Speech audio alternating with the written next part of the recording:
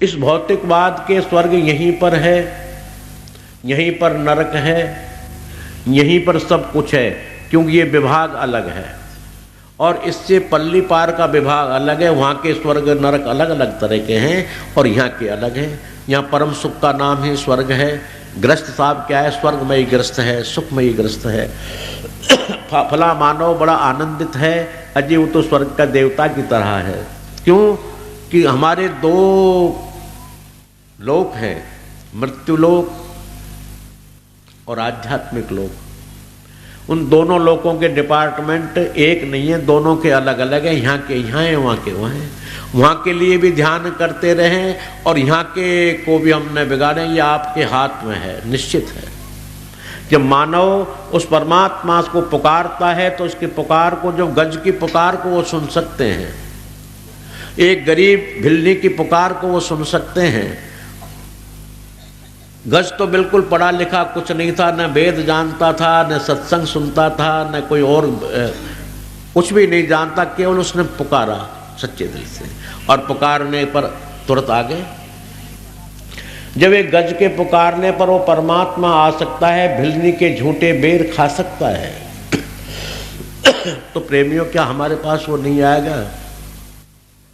विचार करें, अवश्य आएगा, पर हमने उसको कभी पुकारा ही नहीं है। हम समाज में तो पुकार लेते हैं बचाना मुझे, पर ये कभी नहीं पुकारा कि हे परमात्मा मुझे बचा दे, ऐसा नहीं पुकारा। वो अगर आप इस बात को हम आप पुकार ले तो निश्चय वो बचा दे, भौतिकवाद से बचा दे, काम से बचा दे, क्रोध से बचा दे, मोह से बचा दे और यमलोक से बचा दे। जिसका भय निश्चित बना ही रहता है, डरावा नहीं है। क्योंकि मान लो मैं तो डरावा करके ही आपसे कह दूं कुछ लेने के लिए, पर अब से पहले जो संत हो गए उन्होंने आपसे क्या टैक्स लिया है? कोई रॉयल्टी उनके ग्रंथों की नहीं दे रहा। तुलसीदास जी को रामायण की रॉयल्टी कोई देता हो तो बता दीजिए।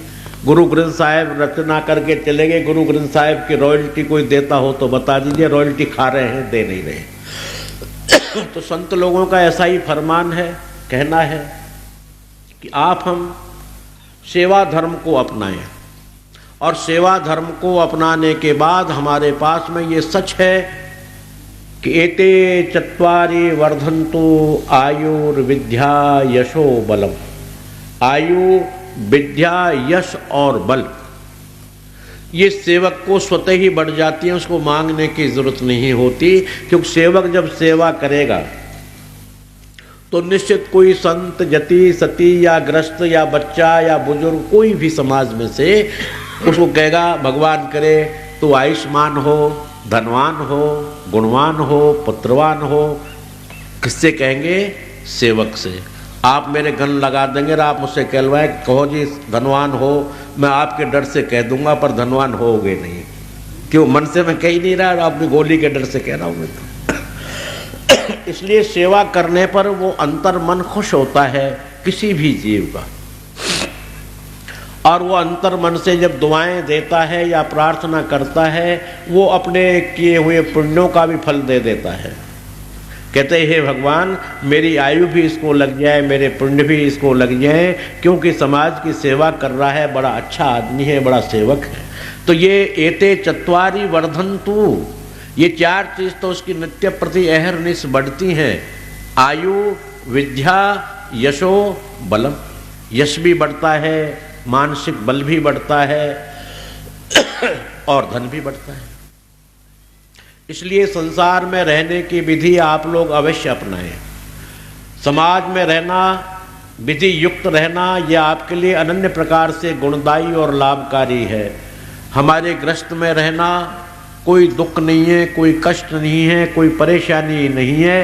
परेशानी जब ही होती है जब वहाँ 9 मत इकट्ठे हो जाते हैं। प्रत्येक व्यक्ति का अलग अलग मत होता है। मैं पूरब जाऊंगा, बोलो नहीं मुझे पश्चिम जाना है।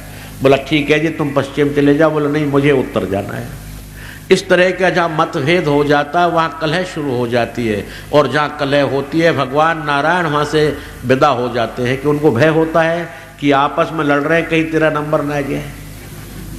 अरे सही बात भी है, कहीं कहीं ऐसे नंबर आ गए हैं मेरे प्रेमियों, हंसने की बात नहीं बता रहा हूँ, मैंने आंखों से देखे।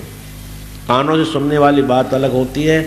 मैं सत्संग में प्राय अपने जीवन का अनुभव ही बोलता हूँ, जो अनुभव है।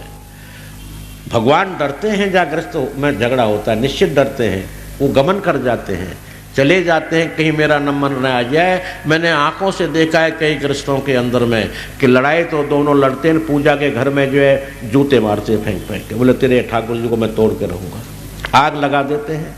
वो पहले ही भग लेते हैं कि उनको पता है कि तो पिटाई तेरी भी होनी है यहाँ पर। गुरु क्यों जाएगा वहाँ पर, संत क्यों जाएगा वहाँ पर, भगवंत क्यों जाएगा वहाँ पर जा कलह है, उनको क्या पिटना है। और पिटाई जिस टाइम क्रोध आता है उस टाइम क्रोध ऐसा बावला है कि वो किसी को देखता ही नहीं है। चाहे भगवान की मूर्तियाँ, सैकड़ों मूर्तियाँ मैंने टूटी हुई देखी क्रोध के अंदर में, बोले होगा पत्थर का भगवान, तेरे मेरा फला काम नहीं किया, क्रोध जो ठहरा। हालांकि उनके तोड़ने से भगवान टूटता नहीं है, ऐसा कुछ नहीं है, पर फिर भी डरते तो है ना उस मूर्ति में। जब भगवान वहाँ नहीं पहुँचते हैं, क्यों डरते हैं? डरते इसलिए हैं कि तेरा नंबर अवश्य आना है यहाँ पर, आज नहीं तो कल आएगा, इसलिए तू पहले ही विदा हो ले। जिमी ज्वर के जोर से भूख विदा हो जाए, जैसे शरीर में ज्वर पैदा हो जाती है तो भूख अपना आप पहले मिट जाती है, यानी भूख नहीं लगती। ठीक उसी तरह से सद्गुण जितने भी हैं भगवान के साथ सद्गुण होते हैं, वो सद्गुण भी विदा हो जाते हैं। इसलिए हमें सुख और शांति अर्थात परमात्मा की प्राप्ति, इन तीनों चीज़ों को प्राप्ति करना है। ऐसा हमारा उद्देश्य, ऐसा हमारा लक्ष्य बन गया तो हम अहम को त्याग दें और अहम की जगह सेवा को धारण कर लें। जैसे भगवान श्रीमन नारायण अपने रजोगुण से, तमोगुण से, सतोगुण से, तमोगुण से शिव को प्रादुर्भाव कर देते हैं और रजोगुण से ब्रह्मा का प्रादुर्भाव कर देते हैं, सतोगुण से विष्णु का प्रादुर्भाव कर देते हैं। तो खाली तो नहीं रहते, उनमें अपनी जगह पर सत, चित और आनंद तीन गुण समाहित कर लेते हैं, तो उनका नाम सच्चिदानंद कहलाया जाता है। इसी तरह से हम लोग अहम का त्याग कर दें और अहम की जगह पर हम सद्भाव भर लें। और ईर्ष्या जब हम करते हैं तो ईर्ष्या को त्याग दें, ईर्ष्या की जगह सेवा भर लें। अरे स्त्रीलिंग को त्यागे तो स्त्रीलिंग की जगह स्त्रीलिंग बैठा दें, परिवर्तन कर दें, ईर्ष्या की जगह सेवा को ले लें।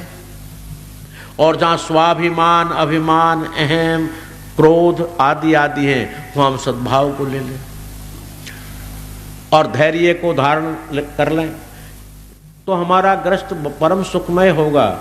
मेरे प्रेमियों, ऐसा कहता रहा हूँ मैं, आज भी अत्योशक्ति शब्द नहीं बोल रहा, मैं साधारण शब्द ही बोल रहा हूँ कि अगर हम पर रहने की विधि आ जाती है तो हमारा समाज, हमारा राष्ट्र, हमारा परिवार, हमारा ग्रस्त बहुत सुखमय और शांतिमय अवश्य हो जाएगा। परंतु ये विधि की आवश्यकता है, विधि आपको अपनानी ही चाहिए और उस विधि युक्त रहने पर आप लोगों का परम कल्याण है।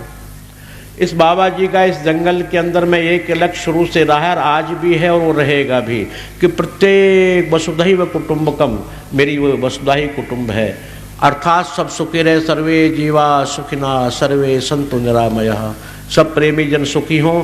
पर मेरे केवल आशीर्वाद से सुखी नहीं रह सकते, मेरे आशीर्वाद को चरितार्थ करने के लिए आपको भी कुछ प्रैक्टिकल करना ही पड़ेगा और प्रैक्टिकल जो मैंने बताया वो करिए।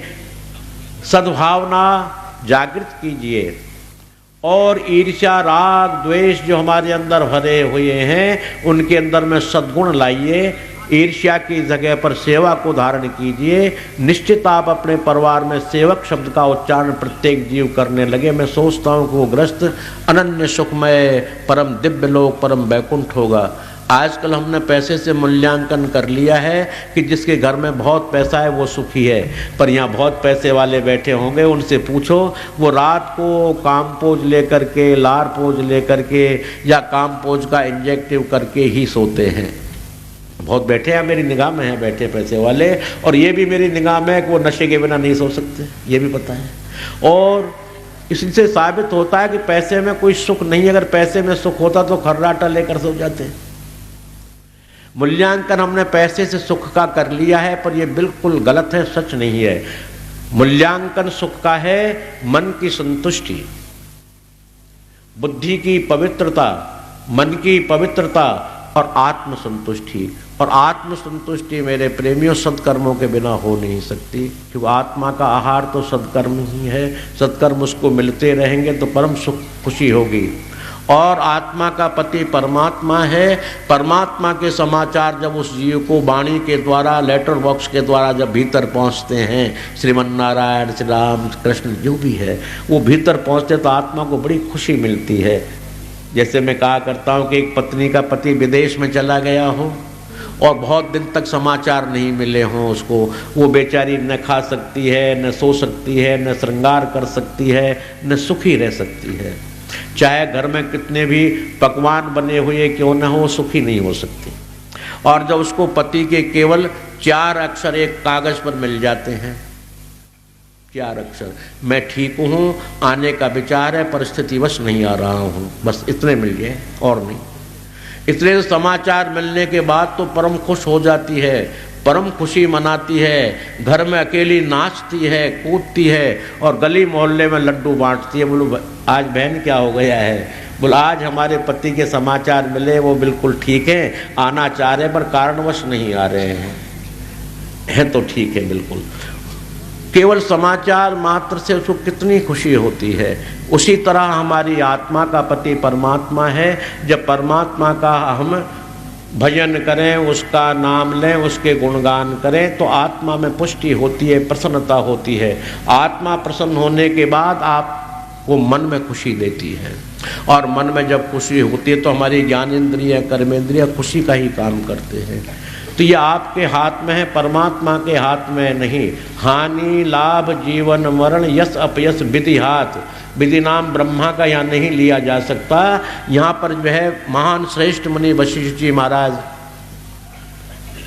भरत जी को समझा रहे हैं, विधि हाथ, विधि नाम ये तरकीब के हाथ में थे, पर मैं क्या करूं, तुम दोनों भाई तो चले गए, मैंने बुलाए तुम आए नहीं। अगर उस वक्त तुम आ जाते तो मैं दशरथ को नहीं मरने देता, ये मेरे पास विधि थी। अगर राम लक्ष्मण गए तो ये दो तो है तेरे सामने, पर अब मैं क्या करूं, होनहार भावई प्रबल, ये होनहार है, ये भावी प्रबल है। बिलग कहे मुनिनाथ, मुनिनाथ जी कहने लगे हानि लाभ जीवन मरण यश अपयश विधि हाथ। मेरे प्रेमी आपके विधि नाम तरकीब के हाथ में है, और वो तरकीब मैंने आपको समझाई, उस तरकीब से आप रहें तो इस बाबा जी का मनोरथ पूर्ण हो जाएगा। बाबा जी का मनोरथ मंदिर बनाना नहीं है, बने मत बने भगवान का काम है, कोई बाबा जी के बाप दादे का नाम नहीं है। आप लोगों का करें न करें इससे कोई नहीं है। मेरा तो एक ही है कि एक क्षेत्र में आया हूँ, इस क्षेत्र में आने के बाद एक क्षेत्र में प्रभु के नाम का प्रचार प्रसार हो, और प्रत्येक घर के अंदर में खुशहाली ही हो, और प्रत्येक घर के अंदर में जो अहम रूपी राक्षस घुसा हुआ है वो निकल करके सद्भाव रूपी देवता घुस जाए, और सब हमारे परिवार के हित में, मोहल्ले के हित में, हमारे नगर के हित में और देश के हित में सब काम करें, ऐसा मेरा मानना है।